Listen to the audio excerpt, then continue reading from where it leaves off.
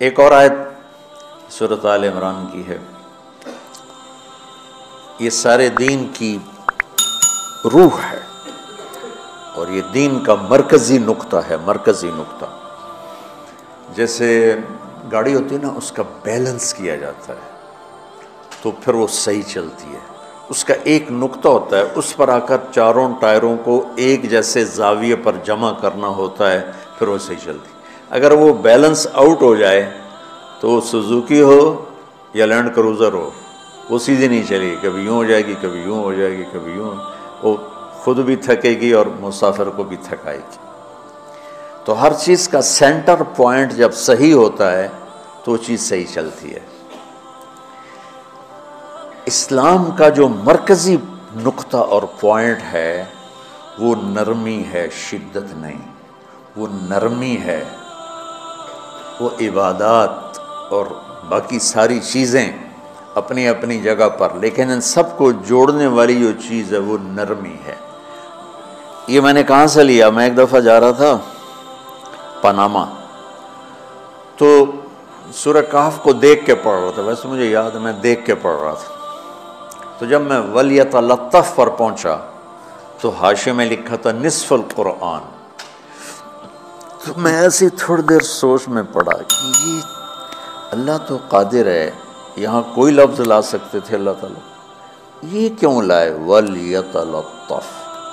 حد سے زیادہ نرمی کا معاملہ کرنا۔ وہ جو روٹی لینے میں گیا ترکی میں، ترسوس ایک جگہ ہے جہاں اردن والے بھی دعویٰ کرتے ہیں کہ یہاں تھے اصحاب کہف، میں نے وہ بھی دیکھا ہے، اور ترکی والے بھی کہتے ہیں میں نے وہ بھی دیکھا ہے۔ تو ترکی والا قرآن کی تعبیر سے زیادہ جوڑ کھاتا ہے، اردن والا جوڑ نہیں کھاتا ہے۔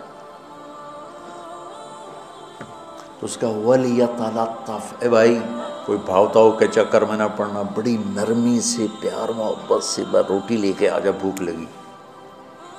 اور صیغہ مبالغے کا ہے، تلطف، تفاعل، مبالغہ اور تکلف۔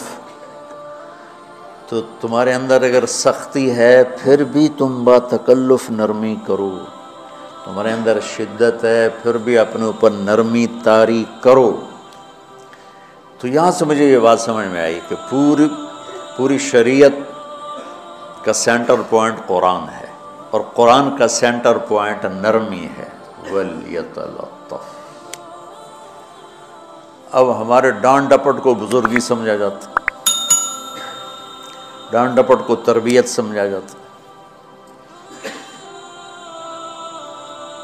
استاد شاگرد کو ڈانٹ رہے ہیں، پیر مریدوں کو ڈانٹ رہے ہیں، امیر مامور کو ڈانٹ رہے ہیں، والدین اولاد کو ڈانٹ رہے ہیں، اور میرا اللہ کہہ رہا ہے نرمی۔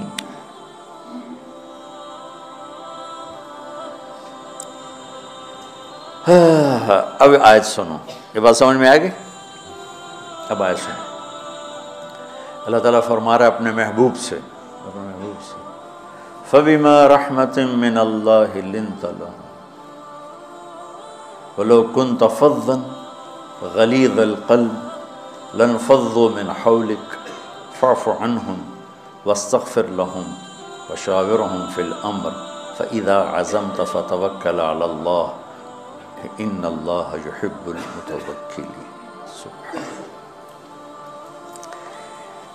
لنت لہم برحمت اللہ، یوں ہونا چاہیے، جو نحو کا قاعدہ ہے، فعل پہلے ہوتا ہے اس کے متعلقات بعد میں ہوتے ہیں۔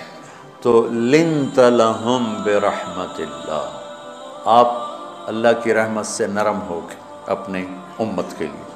لیکن اللہ تعالیٰ نے فبما، اللہ نے اپنے نبی پر جتنے احسان قرآن میں بتلائے ہیں، الم یجدک یتیما فآوی ووجدک ضالا فہدی ووجدک عائلا فأغنی الم نشرح لک صدرک ووضعنا عنک وزرک الذی انقض ظہرک ورفعنا لک ذکرک انا اعطیناک الکوثر هو الذی ایدک بنصرہ وبالمؤمنین۔ اب قرآن میں دیکھو، وکان فضل اللہ علیک کبیرا، اللہ نے قرآن میں اپنے نبی پر جو احسان کیے وہ بتائے اور جتلائے کہ ہم نے آپ کے ساتھ یہ کیا، یہ کیا، یہ کیا۔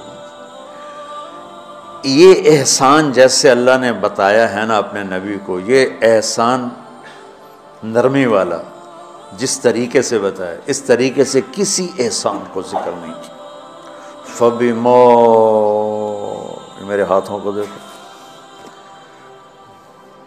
ہم جب کہتے ہیں بہت بڑا، اس سے آگے تو ہمارے ہاتھ نہیں جاتے نا۔ تو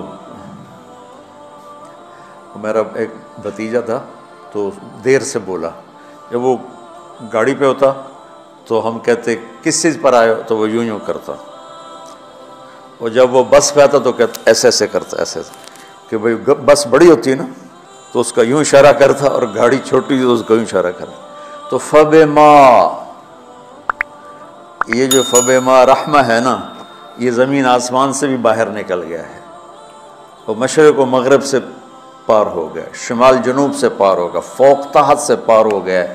اللہ تعالیٰ فرما رہا ہے میرے محبوب میری اتنی بڑی رحمت آپ پر آئی جس کو آپ کے رب کے سوا کوئی نہیں جانتا، اور پھر آپ نرم ہو گئے، نرم ہو گئے۔